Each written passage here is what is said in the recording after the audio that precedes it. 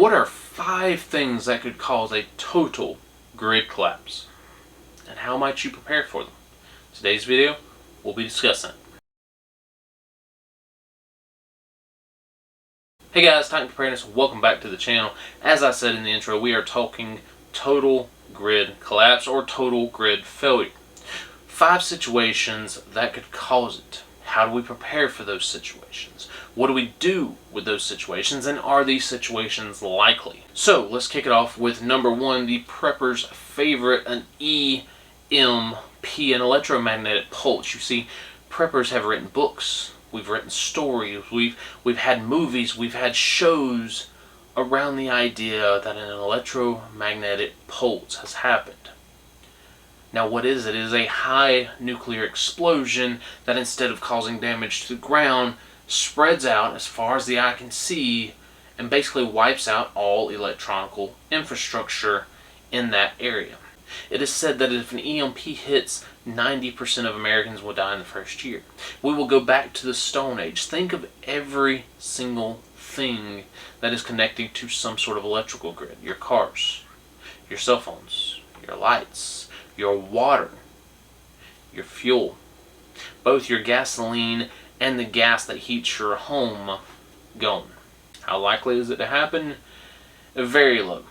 But yet, preppers talk about it like it is the number 1 thing, like it's going to happen tomorrow. Like every time that the power goes out, it is because of an EMP.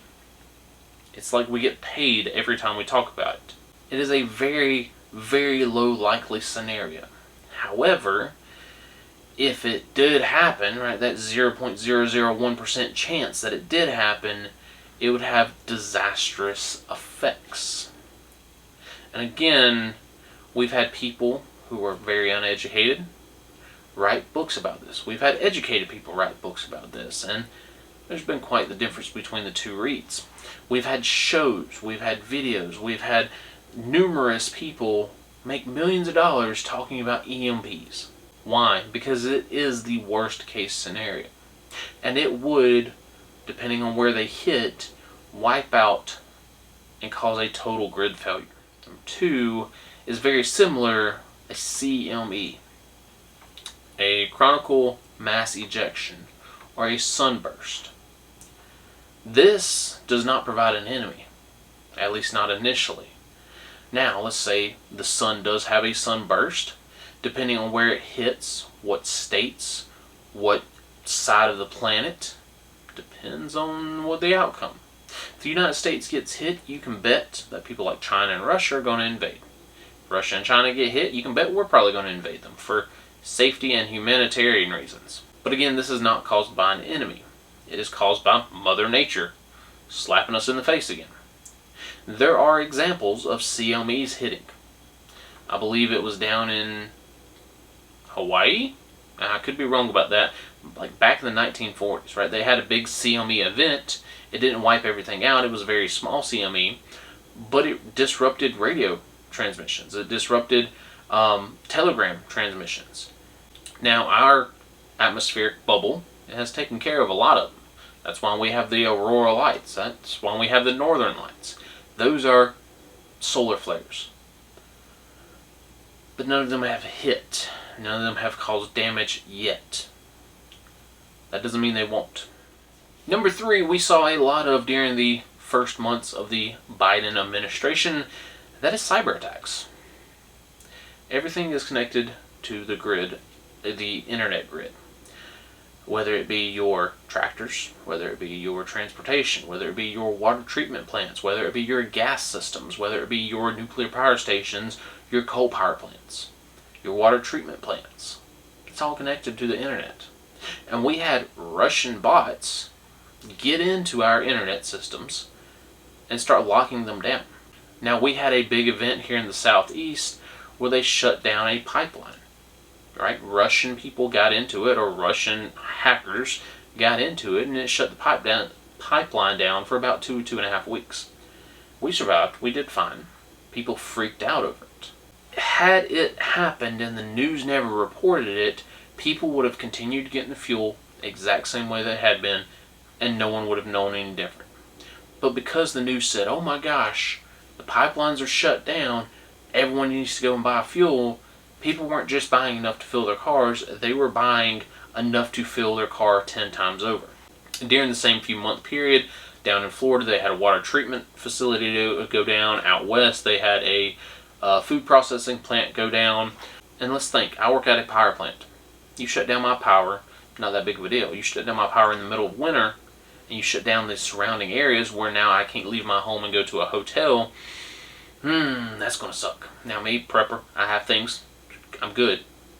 But you shut down the power to, let's say 2 counties, 3 counties, 5 counties, half a state during the coldest time of the year.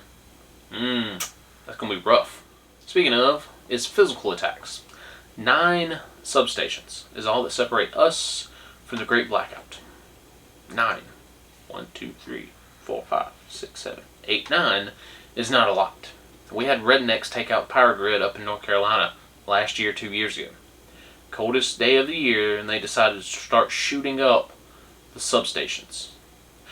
And that one substation wiped out power to millions of people. What if it was a planned attack? What if you had all these insider threats, Al-Qaeda, ISIS, Ebola, Hezbollah, Corona, whatever, all these people started attacking these substations.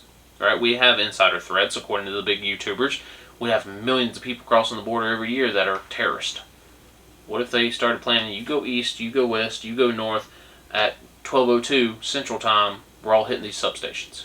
Even if they weren't commercially damaged, like to the point of absolute shutdown, they would still have to shut them down to repair them. Again, you wait until wintertime, you wait till it's negative something degrees outside, people are going to die. Now, rolling brownouts and blackouts. That could cause a nationwide grid down event. Now you might think, no. It can't. 2003, New York. The New York blackout. Millions and millions of people lost power. People in New Jersey, New York, Ottawa, Canada, Chicago, Illinois area, right, all the way down. Millions of people lost power. Why? Because of a tree. A tree fell in line. It overrode the system. So then they had to pull power from other places, which then overloaded their systems, then pulled power from more places, which overloaded their systems, right? It was a rolling brownout, blackout, whatever you want to call it, that cascaded all the way into New York. California loses power every month. It's no big deal. But what happens when they lose power and they start pulling power from other states, from other stations? Then those start losing power. We saw it in Texas. One part of Texas lost power, then they started pulling power from other places, and they lost power, then they lost power, and then right? A cascading rolling blackout, you start from the West Coast, you start from the East Coast, you start from one state, and you start rolling, it wouldn't take much. And again, we're talking wintertime, right? It is wintertime now by the time I'm shooting this video. Wintertime, the usages go up. A lot of people don't have gas for their heat. A lot of people don't have backup heating systems, so they use electrical heat, and it costs more electronically wise to heat a home than it does to cool a home during the summer. You start needing more power because it gets colder, because you get a big dumping of snow on you. Well, then your power station shuts down. Well, everyone's going to try to backfeed it, right? Everyone's going to try to help out. Well, then those stations start going overloaded. Then they start shutting down. Well, now you've got a bigger area. Would that cause a nationwide power outage? Chances are low on that one. About as low as an EMP. But yet it's something we don't talk about, because we still believe that our grid structure is good enough. So how can you prepare?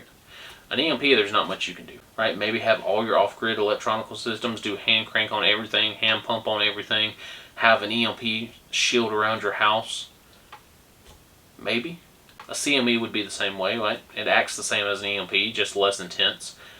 For everything else, right? Backup power stations, backup generators, whether it's gas, whether it's diesel, whether it's propane, have fuel for them. Have the electrical cords to go with them. Have a safe place to put that and a chain to lock it up to something other than a bike lock. Because when people realize that they don't have power and you do because your generator is so loud, they're going to come find that generator. Or portable power stations, solar generators, right? I can hook this thing up and at least keep my fridge and my freezer cool, and then just throw the solar panels outside, let it recharge throughout the day, and it'd be good to go. You can get whole home system generators. I'm getting the Ecoflow Delta Pro plus the backup battery. 7.2 kilowatts, I believe. You can get a backup Tesla wall battery. If you've got 20 grand to spend, 30 grand to spend, go for it. But have some sort of backup power system. Backup heating system, especially wintertime, is the worst time to lose power. But yet they say wintertime's going to be bad this year. They say it's going to be bad every year. And thus far we haven't got the big one yet. But we will. Summertime, it's not nearly as bad. Make sure you have a water source. Make sure you have ways to cook. Make sure you have ways to stay cool. Make sure you have electrolytes. That's a big one. Wintertime, again, you got to stay warm. You need blankets. You need sleeping bags. You need ways to heat up yourself, heat up your body, heat up your food. GoSun, right here. Off-grid cooking methods, right? You can use a power station. If you've got the E-trays that go in them, you can plug them up. Or you can use the sun throughout the day. Make sure you have warm food and warm drinks in your body. Those are ways that the entire grid could go down. There's no zombies. There's no alien. There's no World War III happening. Yes, an EMP would be caused by a bad guy, but that doesn't mean a bad guy outside. That could mean a guy that built the nuclear bomb in his basement. It would suck. A CME, Mother Nature slapping us in the face. The rest are things that have happened, right? Cascading events, cyber attacks. We've had all of those in the last 20, 30 years, and look what they caused. Thus far, there's not been a major attack on the substations, but we did have rednecks that caused power outages. So if the rednecks can do it, the terrorists can too. But guys, these are 5 ways that our grid could go down. Let me know what else you think down below. And are EMPs truly believable, or do you think we'll have something else before then? Let me know down below. That's all I got. Y'all stay safe out there. Get ready, because something's coming. That's all I got. T2 out.